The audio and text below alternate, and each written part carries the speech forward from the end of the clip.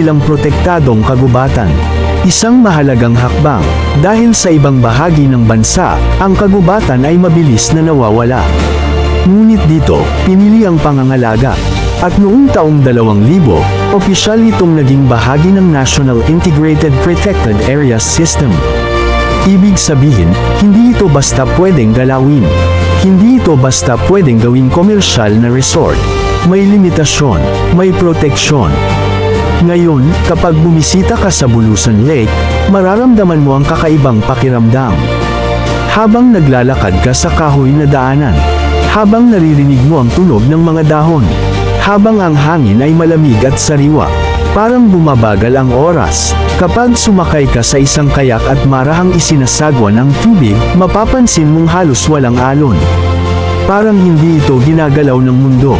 Ngunit sa ilalim ng katahimikan, may lalim, may kasaysayan, may alaala